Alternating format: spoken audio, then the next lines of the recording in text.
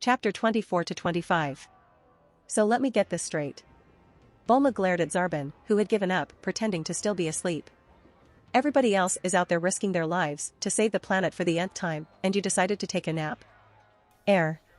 Zarbon retreated a few inches back under the blanket. That's one way of looking at it, I guess. Get your lazy butt out that door. She dragged him out of bed and kicked him out the front door, throwing a fresh set of clothes after him. If you don't like saving the world, you're living with the wrong people, she called, as he pulled the clothes on and took off, grumbling to himself. Damn Earth woman, only reason I like her anyway is, what the hell? Zarbon clutched at his head like he'd just been smacked with a hammer. Where did that giant geek come from? He hesitated between the mysterious, nefarious alien force and the wrath of Bulma. Brief. It was, of course, no contest, he flew straight for the battle. How I let myself get into these bloody messes, I don't know. Frieza gasped for air as he felt the grip around his neck loosen. He slumped to the floor, his chest heaving. Huh. I'm still alive? How does that work? Was the first thought to enter his mind. When he rolled over onto his back, he managed to look up at Goku, whose entire body was pulsing with Super Saiyan power. Look what you've pushed me to. Goku said, his voice strained as his internal struggle continued. You should know better than to mess with forces you don't understand. Frieza trembled. What are you? I'm a Super Saiyan, Frieza. This is what I warned you about. This power killed Cooler, after he killed Frieza. And when King Cold came here for revenge, he was also killed by a Super Saiyan. Now do you understand what you're dealing with? You weren't lying? Frieza asked hesitantly. Cooler killed my father? Goku nodded. We didn't start this war against your family. But we will end it. He tightened his fists. No matter what it takes. His aura flared up around him, flattening the terrain around him. So, what will it be, son of Frieza? Are you going to go out like the rest of your kind, blindly attacking a superior force out of arrogance, refusing to believe you can ever lose? There was no reply for a moment, and something seemed off about Frieza to Goku. It took him a few seconds to realize what it was, simply because it seemed so out of place. Frieza was crying. The Frost Demons were the terror of the universe, despots of entire galaxies, destroyers of worlds, and here was one breaking down in tears. There was betrayal behind his sadness, his family had fought itself. His father had been killed by one of their own. And now they were no longer the dominant power in the universe, these Saiyans had risen to the top. Even his mighty grandfather had fallen. It was all too much to take in. That decided it for Goku. This wasn't a tyrant, it wasn't an unfeeling monster. It was a frightened, orphan child, far from home. Frieza couldn't be more than his race's equivalent of 10 years old, perhaps even younger. The human inside beat the Saiyan. Compassion won out. The beast's howls faded from his mind. So it was that when Zarbon arrived, he was greeted with the strangest sight he'd ever seen. A Super Saiyan, normally a violent, raging figure, was crouching on the ground, cradling a juvenile frost demon in his arms, and whispering, "It's okay. Shoo. It's gonna be okay." The alien ex-soldier was struck silent by the moment. This was different. He'd been expecting a battle. Vengeance. This was reconciliation. Between these two races, was that possible? Vegeta blasted through another wall. Yes, it was faint at first, but it's getting stronger. Frieza's true body is on this ship somewhere. He never learned to control his ki, and a life force is a life force. I'm coming for you, Frieza. He sprinted down a corridor, unheeding of the alarms he was setting off. He was too close now. Frieza wouldn't stop him. The door to the inner chamber exploded inwards. It was a roughly spherical, dimly lit gray area, the pattern of electrical circuits on the wall, constantly shifting and changing. Wires of varying lengths hung loosely from the ceiling. Vegeta burst inside, the grin on his face fading when he saw what awaited him at the center of the room.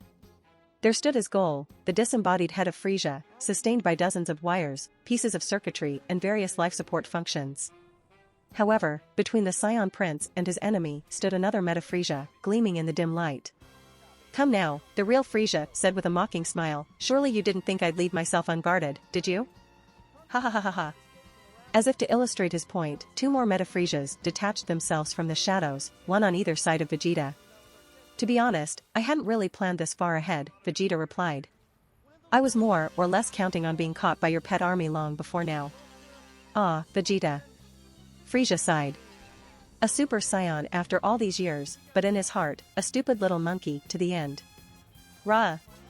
Transforming into a super saiyan again, Vegeta's reply came in the form of a hurled yellow energy ball. But before it hit his target, the Meta Frieza standing guard intercepted it, catching the blast and containing the detonation inside its hand. Vegeta choked. The speed it must have taken to catch that so nonchalantly, not to mention the strength to emerge without so much as scratched paintwork. Oh, my. Frieza chuckled. Am I scaring you? The Meta Friezas on either side of the prince raised one hand, shimmering white energy, flickering to life. Well, this has been an amusing little chat, but I for one am getting bored. Goodbye, Vegeta. There was a quiet, fluid noise, and Raditz materialized in the middle of the room. Vegeta! He yelled, grabbing the other Saiyan's arm. I've only got a few seconds lead on them. He turned to Frieza. He's been in here talking to Vegeta. Say, you've got your army on some sort of autopilot, haven't you? With that, the pair vanished. Frieza's eyes widened, as he realized the implications of what Raditz had just said and done, too late. Raditz and Vegeta appeared about a mile from the Geat Star, a meter or so above the ground, whereupon they bumped down to ground level, throwing up a small dust cloud. What? Vegeta began, but then a loud crash rocked the entire planet. The Geat Star shuddered, seeming to deflate a little. Sparks hissed around its edges, and arcs of electricity shot up and down the machine. Vegeta continued, what the hell was all that about? Heh heh. Raditz grinned. It was pretty obvious that we weren't going to outfight Frieza. But his army seemed to get less intelligent as they continued to chase me around the planet with instant transmission. What does that have to do with anything? Well, they started behaving much more systematically. Like machines set to run on autopilot. I figured out it must have been due to Frieza's preoccupation with you, you'd found him and were keeping him busy somehow. So I reckoned they were programmed just to automatically follow me wherever I teleported to, as Frieza couldn't be bothered to directly control them while dealing with you at the same time. I see. Vegeta stood up, gazing at the Geat Star, which was now belching out smoke. So they all followed you inside the Geat Star, into Frieza's central chamber. Raditz nodded. Which I could find thanks to your energy signature. The army probably arrived about half a second after we left. And there were hundreds of those Meta Friezas. Vegeta grinned. There's no way they could all fit inside there. Which means Frieza is. Raditz joined in his smile. Buried under tons of compacted metal, or maybe one of them even materialized inside of him, blowing him apart from the inside. I can't sense his ki at all anymore. Well, I must admit that was a pretty clever idea, Vegeta told the other Saiyan. But frankly, that thing is becoming an eyesore. It's best if there's no trace of it left. He raised one hand in the direction of the Geat Star, forming a ball of shining energy as he focused his power in front of his palm. Big bang, GUH. The Prince of all Saiyans toppled wordlessly face first into the dust. Raditz had struck, relatively gently, at the base of his skull. He was tough, it'd only keep him down for a few minutes. I'm sorry, Vegeta. I couldn't let you do that, I can sense a lot of Namekians inside. Which would, at least, explain why I haven't seen any since getting here. Hey, King Kai. Oh hey, Raditz. Well done. King Kai's disembodied voice congratulated him. Yeah, sure, thanks. Well, this hasn't taken too long, and I got to kill Frieza, so I'll forgive you for dragging me out of bed this morning. But can you explain the situation to the Namex? I've got to get Vegeta out of here before he does something I'll regret. Right you are, King Kai replied. With the damage you did to the Geat Star, the security systems will be offline, they'll be able to get out on their own. Well, guess I'll tell them what happened now, ciao. Humph. Raditz hauled Vegeta over his shoulder, hearing the prince's mumbled half-awake daydreams. I am invincible, super, Kakarot, Frieza. RRGH. What did you eat for breakfast, lead weights? Raditz complained, before using instant transmission and heading off again. Raditz arrived back on Earth, Vegeta safely deposited on an empty planet, nobody to kill, with a habitable atmosphere, left next to food supplies and a serviceable spaceship. The previous owner had had so many, he probably wouldn't have even noticed it was missing. I'd have loved to continue our fight, Vegeta, but this isn't the time. Neither of us were at full strength, we both had realized there were even higher levels of power we could aspire to climb to, and I really need to be alive and well when these androids arrive. If anything happened to launch, Goku, or all friends, because I wasn't there, I wouldn't be able to live with myself. He sensed Goku and a few other fighters over to the west, heading over with normal flight. He'd had quite enough of instant transmission for one day. As he approached, he noticed one mysterious power that stood out. It was almost like Frieza's family, but had less of their evil taint. He landed in the middle of a rocky plain, seeing Krillin race past him. "Watch out," the bald warrior was saying. "They're making a move." "They?" Raditz thought, content to watch for the moment. He was shocked to see Frieza, back in his first form, sprint between Krillin and himself. Some kind of miniature Frieza? Frieza put on an extra burst of speed, and Krillin fell short, his lunge missing by about half a meter as Frieza sped on. Krillin tossed something to Goku, who slid around a corner and jumped at Frieza. His hand thrust forward, and tapped Frieza lightly on the shoulder with the baseball. "Gotcha, Frieza. You're out," he said, grinning. "Huh." Frieza folded his arms, marching over to the back of the batting queue. "Next time, I'll use my final form, we'll see if you can catch me then." "Well, I could if I became a Super Saiyan again." Goku responded, his smile widening. The pair laughed. Raditz just stared, speechless. Goku, Frieza, baseball, Super Saiyan?" Goku rubbed his forehead. "Oh, boy, it's a long story. To be precise, it took most of an hour to tell, and a similar amount of time for Raditz to recount his experiences on New Namek." Goku's older brother met and shook hands with Frieza, amazed at the possibility of an innocent frost demon. The baseball game, which had, apparently, been Yamcha's idea, resumed after Raditz left for home. Goku's team won by 2 points. Much fun was had by all. Except Piccolo, he was in the wasteland, practicing his scowl. And then the fighters had to go home and explain they'd spent all day alternately fighting and playing sports with a junior alien warlord. This was not received well, by Chi-Chi in particular. Frieza, for his part, had to stay on Earth for a while, at least until he could get a ship built, so he took up residence at Capsule Corporation. However, even when Bulma and her father had finished preparing him a ship, he fended his departure off with a string of excuses about the weather, previous appointments, and so on. Eventually they dropped the matter altogether, and built him a permanent room, and that was pretty much that. Nail and Zarbon discussed this one day. "I guess," Zarbon said, "he's realized what we have, Raditz too. There's something about this planet." Nail, leaning against a wall, nodded in agreement, sipping from his glass of water. Namekians only drank water for sustenance, but it was still festooned with straw, useless little fake umbrella thing, etc. "I know. It's just amazingly diverse, I guess. It's got all these different climates and places. Namek is all the same. Although, personally, I'll never get tired of grassy islands." "Indeed." Zarbon stretched out on his deck chair, resplendent in floral shirt, camo shorts, and sandals. He was constantly making efforts to let go of himself and just relax, but Bulma usually put a stop to it and had him back in shape before long.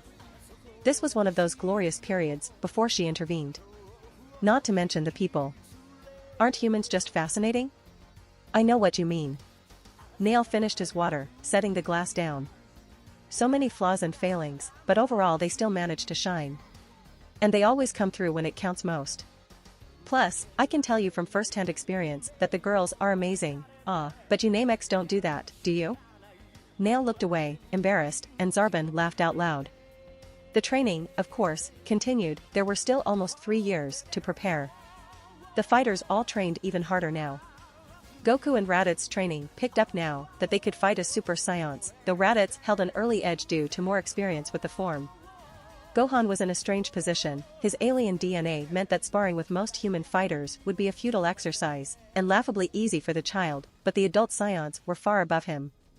Luckily, while Piccolo was antisocial as ever, Tien and Nail were able to give him a decent challenge, and the three regularly met up to train together, although, as far as Chi-Chi knew, Gohan was still helping Goku. If she ever decided to go out and watch or join in the training herself, there'd be trouble. The fighters who'd been defeated by Frieza now trained even harder, knowing that by all accounts the androids were going to be even more powerful. The focus was not just on increasing their power now, but also on developing new techniques and ways to outsmart superior foes. And so it continued, for 3 years, as meanwhile, in a laboratory hidden in the mountains, Dr. Gero set about creating his artificial monsters. I've had some questions regarding what happened to Frieza and Vegeta in the future timeline, and I fully intend to answer them. In this version of events, everyone was feeling somewhat less active, enjoying a seemingly indefinite period of peace, and Raditz, in this state of mind, went back to bed with lunch instead of going to fight Frieza. He resolved to go and check on things later that afternoon, but by then it was too late. Heh heh heh. Frieza's head, hooked up to its life support systems within the Geet star, chuckled as he looked upon his captive. Wires were coiled around Vegeta's arms and legs, suspending him halfway up the walls. Thinking you could fight me all on your own, Vegeta? My whole army? What a fool. Frieza's grin widened. Well, now you're going to give me that super saiyan energy of yours. It'll be an excellent fuel source for the Geet star. Come now, I don't have all day. The wires lit up with electric fire as they ripped the power out of Vegeta's body. His head slumped forwards, but a faint murmur escaped his mouth. What's that? Frieza asked mockingly. Last words? A final confession? Begging for your life? You're wrong, Frieza. Vegeta said weakly. I haven't lost. What are you talking about?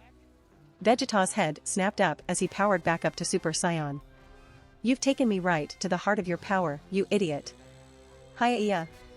He forced his power outwards, gripping the wires holding him as he pumped energy through them. What's this? Frieza raised an eyebrow as a pair of Friezas paced back and forth behind him. Trying to give me more energy than I can handle? Overload my circuits or something like that?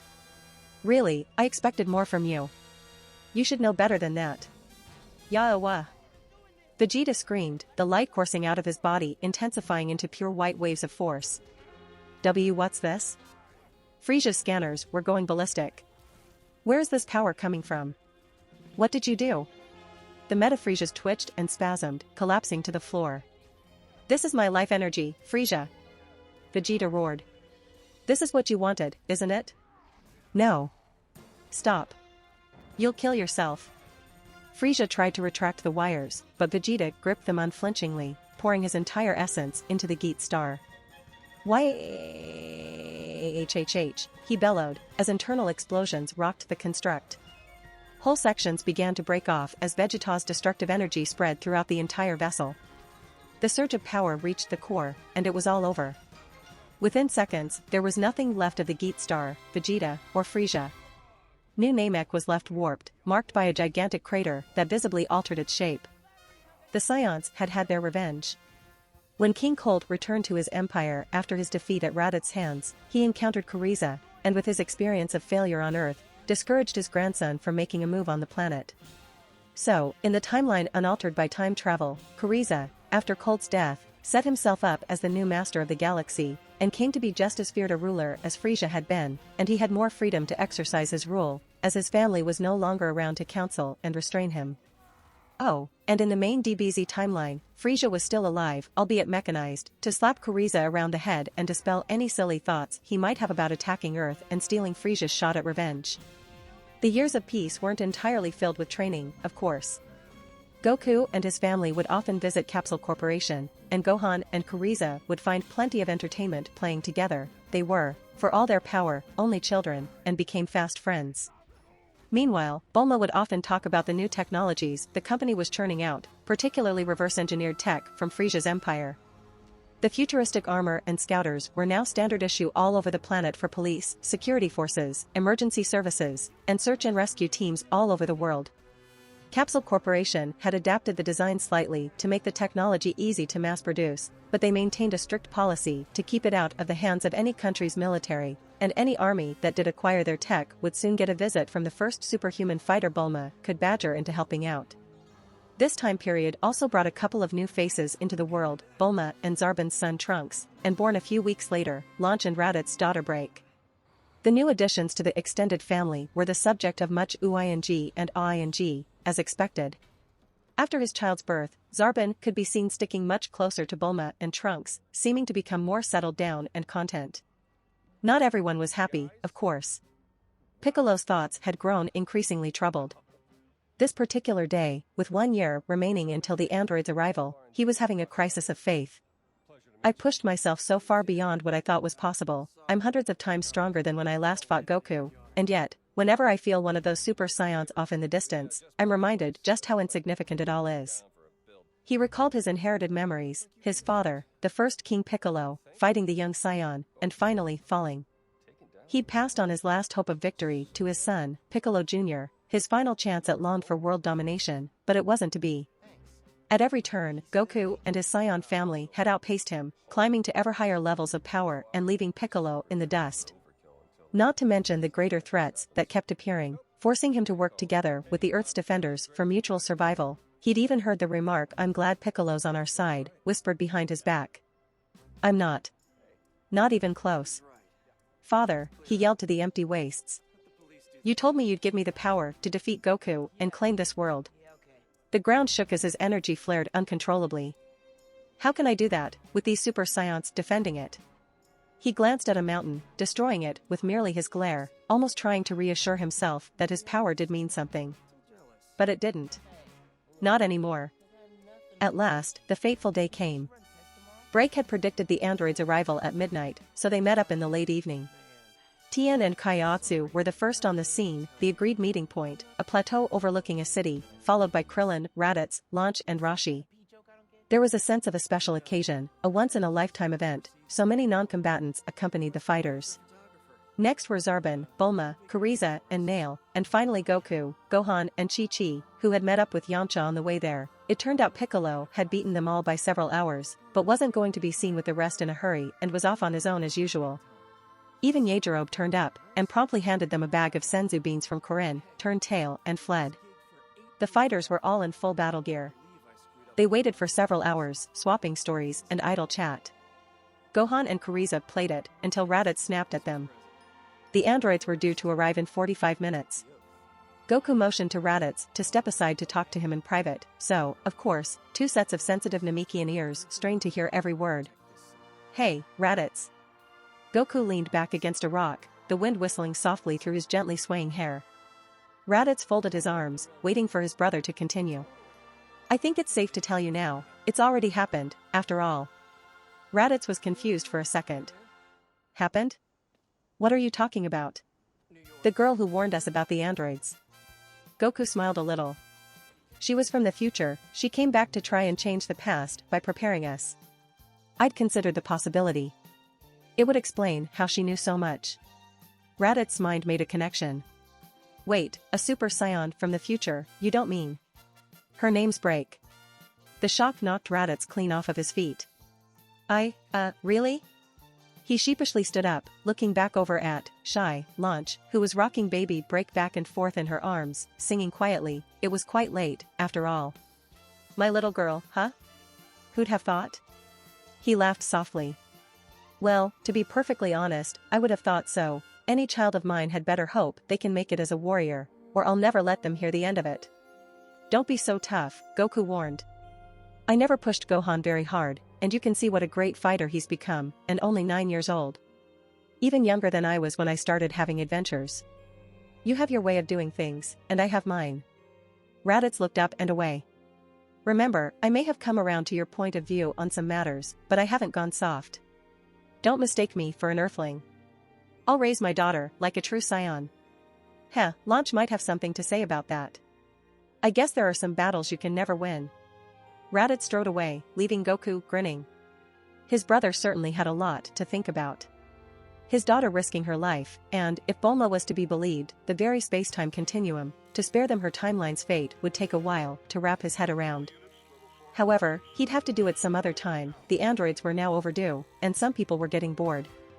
"I tell ya, those robots should just come out already, so I can deck 'em." Yamcha was strutting up and down, flexing his muscles. "Yamcha." Krillin scratched the area of his face where most people would have a nose. "You do know they're supposed to be more powerful than a Super Saiyan, right? I wouldn't be in such a rush to fight them." Quit worrying." Yamcha grinned, a sure indication he was about to say something incredibly stupid, and he was. "Think about it, I'm definitely more powerful now than Goku and Raditz were when Vegeta attacked Earth, and they're Super Saiyans now. So I'm kind of stronger than a Super Saiyan too." Krillin was completely stunned by the sheer imbecility of this statement. Yamcha, there is so much wrong with that sentence, I don't even know where to begin. Nail walked over to the two human fighters. I don't like all this waiting. The androids could already have appeared by now, and be down in that city somewhere, beginning their rampage. I wish that girl had known their motives, it might have helped us predict their movements. All we know is that they'll be somewhere around here. You're right, I guess. This was from Tien. What do you guys say? Let's go down into the city and look for them. Teams of 3, at least, Zarbin added. Remember, they're supposed to be very dangerous. Any objections? Sounds good. Goku shrugged. Better than sitting around all night up here, I guess. There was a rushing sound as Piccolo took off on his own and arced down towards the city. I'm not working with those clowns again. Shortly, the fighters had divided themselves up and set about searching the entire city. Tien, Zarbin and Raditz composed one group, and Goku, Krillin, Nail and Yamcha the second. Gohan remained behind under the watchful eyes of Chi-Chi, but resolved to slip away the moment she let her guard down. He was primarily a studious boy and his mother's son, but he definitely had his father in him and couldn't stand to let his friends fight without him. If he sensed anything happening to them, he'd be off, vengeful mother or not. They spent 15 minutes searching without success. The streets were almost empty, this late at night, but night shift workers, along with the occasional drunk or petty criminal, still wandered the city. Nobody paid them much attention, which, given their somewhat outlandish appearance, was unusual and not entirely unwelcome. However, even for a city at night, it seemed eerily quiet, as if the world was holding its breath. It was an uneasy feeling, and put them all on edge. Goku's head whipped around as he felt a key fluctuation. It's Piccolo. He just concentrated his power, he must be attacking the androids. Come on. Goku's group took off, heading for the source of the signal, meeting up with Raditz's group as they flew. As they got closer, they began to see two thick columns of black smoke billowing up from the ground. They headed straight for the center of the ruined area, landing between the two destroyed buildings. The scene that awaited them was almost surreal. Piccolo, cape swirling in the explosion's aftershock, stood with one arm extended, steam rising from his open palm, facing off against two strange figures, a long-haired, elderly-looking man and an overweight albino thing, both wearing brown and orange pseudo-military outfits and black hats. No more detail could be distinguished at this distance. They were hovering a couple of feet in the air, evidently having just moved quite quickly, and as the group of fighters arrived, they settled down to the ground. Between and behind them, there was a smoking, flaming hole in the ground where an apartment block used to be. Piccolo shook his head. Bah. I missed. That was you? Goku asked, looking over at the ruin. Hey, they're the ones who blew up the hospital, Piccolo replied, pointing to the other burning crater behind him with his thumb. Monsters, and Piccolo's just as bad. Goku frowned. I guess there goes any hope he's reformed. Me? Reform? Piccolo gave an evil grin. Keep dreaming. Just stay out of this. Goku answered, turning to face the pair opposite the demon. There are bigger threats than you to worry about. Hey, Goku. Tien pointed at the mysterious duo. I can't feel any ki from those guys at all, but they were flying, and fast enough to dodge Piccolo's attack. The androids, Raditz muttered. Must be. The androids, of course, couldn't hear this conversation, so had no idea that the planet's warriors had been expecting them. Greetings, the old one called out. I had not expected we would be meeting you so soon. How did you find us so quickly? We just did. Goku brushed the question aside. How is none of your concern? Very well. I suppose, in the end, it's irrelevant. He indicated himself. Allow us to introduce ourselves. I am Android 20, and this is my companion Android 19. The fat one nodded in acknowledgement to 20's statement. We are the emissaries of our master Dr. Gero, sent to pave the way for his conquest of this planet. Right. The usual, then. Goku raised his guard. Not while I'm still standing. And that goes for the rest of us, too. Heh. 20 took a step forwards. Actually, I'm glad you tracked us down. We're anxious to prove our superiority over the planet's strongest biologicals. Wait a minute. Zarbin stepped up next to Goku. Did you say Dr. Gero? That is correct. You have heard of his genius? Bulma mentioned him a couple of times. Zarbin frowned. He was the head scientist for the Red Ribbon Army. I believe you clashed with them during your childhood. You bet. Goku grinned. Ah, that was a carefree time, huh? You know, I think I must have met another android of this doctor's. His expression softened as he remembered an old friend. Android 8, well, I called him Ader. Made him sound more human, I guess. Unfortunately, I doubt these guys will share his conscience, although I think I can see the Red Ribbon Army's mark on them. He returned his mind to the present. So, you two want to fight us? Well, it's too crowded here, let's fight somewhere else. Like somewhere away from all these innocent people. It makes no difference to us. Android 20 smiled. Lead the way to wherever you choose as your final resting place. The fighters and androids faced off against each other on the edge of the desert. Piccolo had followed them, standing aside from the group as always. Android 20 was the first to speak. Well, part of our mission is to destroy Goku, the Earth's champion, and the one who previously defeated the Red Ribbon Army. He beckoned to Goku. So why don't you fight first? It will be an honor for us to destroy you. Heh. Goku settled into a fighting stance. You might reconsider when you see this, Hiya. In a flash of golden light, Goku was transformed. Well, what do you think? Unexpected. Most impressive. 20 shrugged. But it is useless against us. We are the ultimate fighting machines. Huh. Raditz laughed out loud. Enough me this crap. Come on, am I the only one who finds this ridiculous? He indicated the androids. This is the terrifying foe we've been dreading for 3 years? The terror of the future? An old man and a fat guy? He powered up to Super Saiyan himself. Huh. Him too? Android 20 commented, then realized something. Wait, you say you've known we were coming for 3 years? How? That's for us to know. Goku smirked. Enough of this. 19. Destroy those two, golden, things. Android 19 spoke for the first time. Affirmative. He's going to take on both of us, huh? Raditz asked. I assure you, our design is, 20 began to say, but he was cut off by Goku. Sorry, pal, but we're not fighting on your terms. The Super Saiyan charged the androids, and Raditz followed close behind.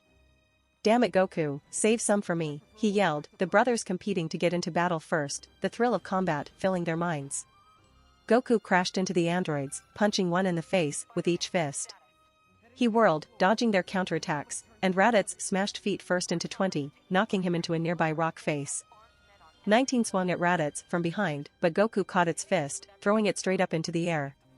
Raditz vanished and appeared above 19, slamming his elbow into its neck and knocking it right back into the ground next to Goku. Yeah. Look at him go. Yamcha was cheering. Oh, quiet down. Krillin snorted, an impressive feat, given his aforementioned lack of a nose. You know you wouldn't stand a chance in there. Let them concentrate. Hey, I wouldn't go down that easily. Yamcha mimed a few punches in the air. I reckon I'd take at least one of them with me. Are you kidding? Those droids would tear right through you. Yamcha pouted. Fine, be pessimistic. Or, as I like to call it, realistic. The androids picked themselves up as the Super Saiyans settled to the ground next to each other. Huh. Couldn't face a real warrior, then? Raditz asked. But, I don't understand. 20 was muttering. My calculations were flawless, I've monitored all of your battles with Piccolo, your struggle against Vegeta, I even created a model to account for the Saiyan's exponential power growth. But this is insane. Wait, my calculations? Tien scratched his head. But wasn't it Dr. Gero who was in charge? Unless, hey, Goku. Yeah, I know. Goku turned to 20. Hey, android, 20, wasn't it? Are you Dr. Gero, by any chance? What? No. 20 was sweating. Yes, he is. Zarbon snapped his fingers. I knew I recognized him somewhere, but I didn't make the link. He was on the cover of one of Bulma's magazines, went missing a few years back. It seems he's made himself into an android, makes sense, I guess. Dr. Gero, for it was him, realized he didn't care if they knew his identity, the pressing concern were these golden Saiyans. What was the secret to their power? 19. He signaled his comrade through their shared communications link. Attack, now. The androids launched a synchronized attack on their alien foes, Goku and Raditz jumping into the air to avoid the pincer movement, the androids bounding up off the ground towards them. Raditz took a step back as they approached. Here, I'll show you how hopeless it is. Goku can deal with both of you with no trouble. Ignoring his boast, the androids rocketed past him up towards Goku. The heroic Saiyan dodged 19's strike, blocking 20's leg as it swung for him. He ducked under a sweeping punch, barging 19 out of the way with his shoulder. He caught 20's wrist as the android made another swing at him. Heh. My turn now, okay? Goku's own fist drove deep into 20's stomach, tiny cracks opening up in the mechanical fighter's metal body. Goku swung his elbow, the impact hurling 20 to the ground, but as he fell Dr. Gero let loose an energy blast. Not having seen the androids fire energy before, Goku only barely dodged it. Distracted by this, he was easy prey as 19 rushed back up from behind him and grabbed him by the neck with one hand. No reason for me to intervene, Raditz thought. Goku far outclasses these machines, he'll break that amateurish hold, no problem. However, an uncomfortable red light began to emanate from 19's hand. Goku spasmed as the light intensified, now accompanied by an artificial sucking noise. Goku gasped, and his ki began to fall quickly. Raditz rushed forwards to intercept the android, whatever it was doing, but another blast from Gero, charging up from below them, made him twitch to the side, breaking off his attack. Gero hovered between Raditz and the other two. Heh heh heh. The mad doctor grinned. 19 is absorbing your brother's energy now, in a few seconds, it will all be over. You think so? Raditz laughed. Even if you could stall me for just long enough, we did bring more than 2 fighters, or did you forget? This coincided with his telepathic signal to the others that he needed their assistance. The response was a familiar one. Tri-beam, HA. Kienzan. Kamehameha. Ha. YAAH. The multiple energy attacks shot up towards 19, who threw Goku away to the side, accelerating away from the oncoming threat. He dodged and weaved between them, coming to a halt as the light faded, Midnight's dark returning. Masenko, HAA. The dirty yellow energy wave detonated on 19's back, Piccolo standing below with a smile on his face. Didn't miss that time. I suppose I should thank you for giving me that opening, at least, huh? 19 hovered, unharmed, in the same spot. It gazed down at Piccolo with mocking eyes. Perhaps, Piccolo, a few minutes ago that attack would have been enough to damage me, it said in its unnatural voice, but with the energy I've absorbed from Goku, my power level has increased substantially. Yes, very good, 19. Dr. Gero gestured at Goku, who tried, and failed, to stand, collapsing to the floor and regressing to his normal form, fighting to stay conscious. As you can see, our energy absorption capabilities are quite advanced. 19, I'm sure this stolen energy will be more than enough for you to finish off Raditz, correct? 19 smiled. Calculations indicate an 87% chance of victory. Really? Raditz raised his guard. Shouldn't be too hard if I don't let you get a hold of me. It's not that simple, 19 replied, brandishing its energy-absorbing hand. We know all of your moves and techniques. Dr. Gero has studied you all quite thoroughly. Raditz grinned. Huh. You say that, but you were surprised when we transformed. You mentioned our battles up until the fight against Vegeta, you stopped studying us then, didn't you? We had acquired enough information about your capabilities. Evidently not. You have no idea what a Super Saiyan is. Raditz burned his aura brightly. You missed the war against the Frost Demons, your first and last mistake. You're not familiar with any techniques that we've developed since we went to Namek. He'd been skeptical about coming up with signature or named techniques at first, but Goku had explained the attack name as a sort of trigger for a specific way of focusing energy, which made the actual process of firing a concentrated attack much easier, and Raditz had eventually gone along with it. Time to put that theory to the test, I guess. Raditz charged the androids, using instant transmission at the last second to put himself behind them. He moved instantaneously. Dr. Gero gasped.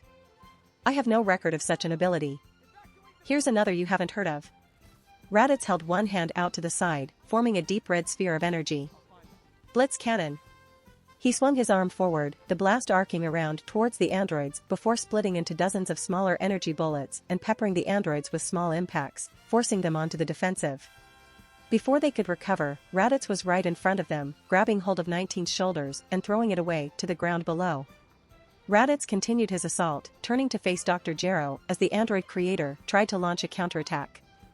Raditz easily dodged 3 rapid kicks before catching Gero's fist in his hand. His smile widening, Raditz started to crush the android's hand.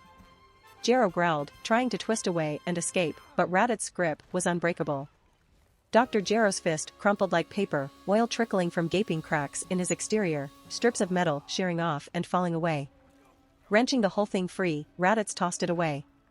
"Well, I guess you could try stealing my energy with the other, but if I were you, I'd cash in on your warranty and quit while you're ahead. Or at least alive. Why don't you science, just die already?" Gero shouted, launching another barrage of punches and kicks. None hit their intended target. "I'm getting bored," Raditz muttered. "Let's get on with this, shall we?" He backhanded Gero's next attack away, then focused his ki into one fist.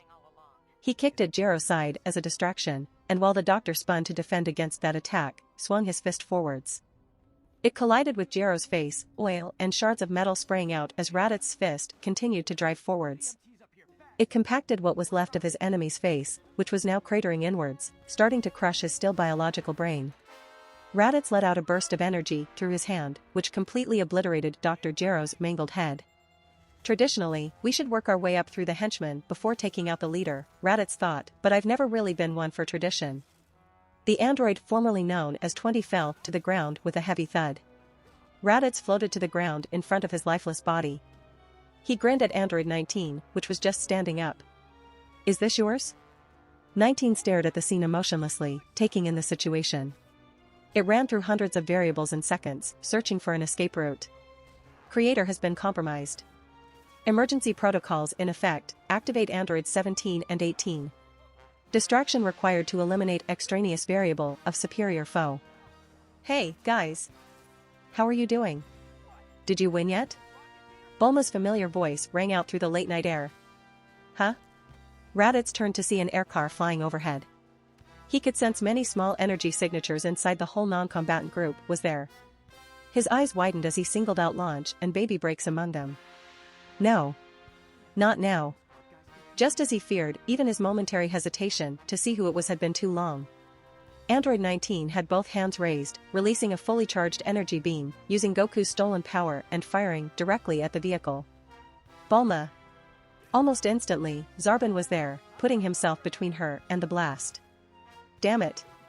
Raditz's mind raced. He can't take that, all that stolen energy will be too much for him. He'll save Bulma, but he could die himself, looks like there's no choice. He quickly used instant transmission to put himself in the beam's path, kicking Zarbon out of the way. "I can't let you do it." He raised his arms in front of his face as the attack crashed into him. As soon as the beam was released, 19 had turned and fled. "Don't let it get away." Tien shouted, and the group of warriors sprang into action, giving chase. "Krillin, help Goku." "Right."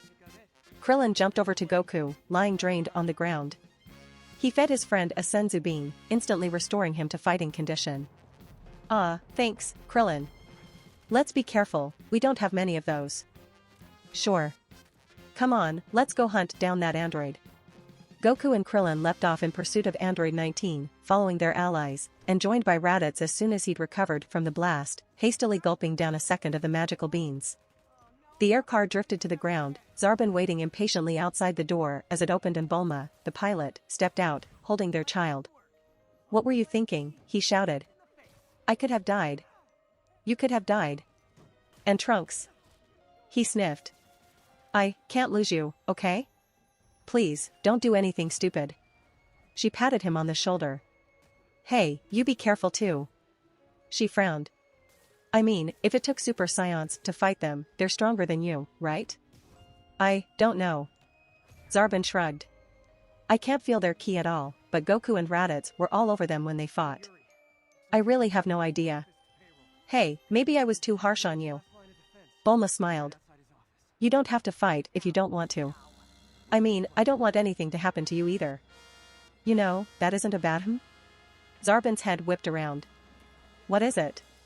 "Gohan's out there, he's trying to help, like always." "Sorry, Bulma, but I can't let that kid get hurt. He took off, heading after the others. Bulma shrugged. She could have told him Gohan was gone, if he'd asked. It was the reason they'd come here he'd run off, and since then Chi-Chi just hadn't shut up about it. She loved her son, but could be a little overbearing sometimes. 19 had gone to ground, using small ki blasts to throw up dust clouds and obscure its fleeing form, dashing from cover to cover. It was programmed with an intricate knowledge of the area surrounding Dr. Gero's laboratory, and silently worked its way up towards the mountain housing the lab. The android, now under tree cover as it approached the mountain range, calculated a significant probability of at least one enemy fighter discovering it before it reached the lab, and sure enough, the human known as Yamcha shortly appeared directly in its path. Attempts to circumvent confrontation present significant probability of failure. In addition, further energy absorption will benefit when confrontation with scions occurs. 19 snuck up as quietly as its hardware allowed, Yamcha only hearing the grinding of battle-worn gears when it was too late. 19's energy-absorbing hands clamped around his neck, sucking the power out of the fighter. He was seconds from unconsciousness when a high-pitched voice rang out through the forest. Power pole extend. A high-speed object crashed into 19's jaw, and it staggered away, releasing its hold on Yamcha. Gohan retracted the enchanted weapon, holding it defensively in front of himself. "I won't let you hurt him," he declared. 19 turned and sprinted for the mountain, but Gohan leapt off in hot pursuit, pushing his power to the maximum. Putting on an extra burst of speed, the young warrior appeared in front of 19, kicking it to the ground. He charged it, following up on his attack, but the android somersaulted over him, knocking him away to the right with a swift backhand. Gohan stuck the power pole down into the ground, using the friction to slow his flight, and turning around to give chase to 19 again. Raditz landed in the forest below the mountain, seeing Gohan heaving Yamcha over his shoulder. "What happened?" the Saiyan warrior asked. "Oh, hey Raditz." Gohan smiled. "I felt all these big powers and came to help, and I found some fat robot attacking Yamcha, so I fought it, but it got away. It went into those mountains over there." "So, that's where Gero's base is hiding, is it?" Raditz took off for the mountain range. "Raditz, hold on." "What should I?" Gohan received no answer as Raditz headed up towards the nearest peak. "I'm not leaving now," he decided, following his uncle. Not everyone picked up on the short battle, or arrived quickly enough, so by the time Raditz located the rather conspicuous giant metal double doors set into the side of one of the mountains, he was only accompanied by Gohan, a senzu-healed Yamcha. There were only a few of the beings left now, Zarbon and Goku. "So, this is where he's been hiding, all these years," Goku muttered. Ever the master of subtlety, he walked straight up to the door and knocked loudly on it. No response, of course. He frowned. "I wonder what it's doing in there. Maybe there are some backup androids inside?" Raditz suggested. "After all, these didn't look like the ones Break told us about, they had different abilities, too." "Huh?" Yamcha looked puzzled, which, to be fair, wasn't uncommon for him. "Isn't Break your daughter's?" "Not the time." Raditz growled. "I'll tell you about it later. The point is, perhaps the true androids are still to come. Maybe then we'll actually get a decent battle." "Yeah, I have to admit these two were kind of disappointing," Goku agreed. Their energy-absorbing ability was a surprise, but once you get past that they're probably not even on the level of Frieza's family. "Right." Raditz raised his hand, running out of patience and simply blasting the door down. "Let's take a look inside, shall we?" The 5 warriors advanced through the smoke thrown up by Raditz's attack, stepping over jagged and molten metal as they entered the cave. Dr. Gero's lab was sparsely decorated and poorly lit, and various half-finished devices littered the chamber. Android 19, standing in the corner, looked up from a control panel at the fighters. "You are too late," it told them, in its strange, high-pitched buzz. "Android models 17 and 18 have been activated. Therefore, you will perish." As it spoke, 2 pods embedded into the wall opened with a hiss of steam. 2 human-looking figures climbed out, stretching and taking in their freedom. "Yeah, that's them." Goku smiled, relishing the prospect of a real challenge for his Super Saiyan powers.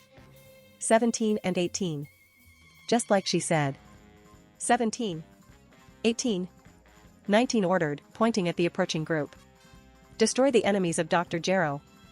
"Oh?" 18 smirked. "And where is the good doctor now?" "Dr. Gero has been terminated by the Scions," 19 explained. "But you are superior combat models. You have the capability to destroy them. Do so now. 17 leaned against the wall. No need to rush. So, you were created after us, is that correct? I am android model 19. The pale-skinned robot was growing increasingly agitated. Attack now. I order you to attack. The other androids ignored him. An energy-absorbing model, wholly cybernetic, too, not human-based like us. 18 looked over at her counterpart. What do you make of this, 17? It's simple, really. 17 gave a menacing grin. Dr. Gero was scared of us. He couldn't control us. So he created an obedient slave instead, even if that meant having to settle for a weaker model. He looked up at 19. You shouldn't even exist, 19. We're the ultimate combat machines, there was never a need to create any more. The Earth's defenders were within a few meters of the androids now. Zarbin called out. Hey! You might want to listen to your friend there. Yeah, Yamcha added. There was a battle going on, and we're not taking a break, so you can play Name That Android. Our friend? 17 snorted. Did you hear that, 18? 18 nodded. Heh. That thing isn't our friend. You were fighting it, right? Let me give you a hand. 19 swiveled as it realized what she meant, but she was already moving, and before 19 could react she drove her foot straight through its torso and out the other side. She pulled her leg out, taking hold of its head in one hand. That's for trying to order us around, she said, before crushing 19's head with ease. She kicked the broken machine away, shaking her head. Damn thing got oil stains on my jeans. Oh, how sad. Raditz chuckled. My heart goes out to you. I don't understand. Gohan looked from one android to the other. Are they still our enemies? They just destroyed that other android. That's a good question, 17 said. What do you say, 18? Shall we kill them? It might be fun, the female cyborg replied, straightening her denim jacket. Plus, no doubt thanks to Jero's programming, I've got this annoyingly strong urge to kill Goku. Yeah, same here. 17 stood up straight next to 18. I guess that settles it. Alright, then. Goku powered up to Super Saiyan as Raditz did the same, the force of their auras sending loose machinery cascading around the room. Attitude aside, you're still his revenge machines, doesn't look like we can avoid this. But I'm warning you, this isn't a game, we're going to war here. That's right. Raditz stood in a combat stance. And the last war we fought, well, ask Frieza and his lot how that turned out. Frieza? 17 asked. I have no data on a Frieza. Oh, you'll see him when you get to hell. Give him my regards. If you want to support me, check out my Patreon at https://www.patreon.com/Kaioshin. I tend to polls that decide important plot stuff in my P at Trian. Many thanks to my awesome patrons. Nicholas Berenger, Ben Phillips, Yami Tancho, Taco TSK, Jose Torres, Rizik Ottman.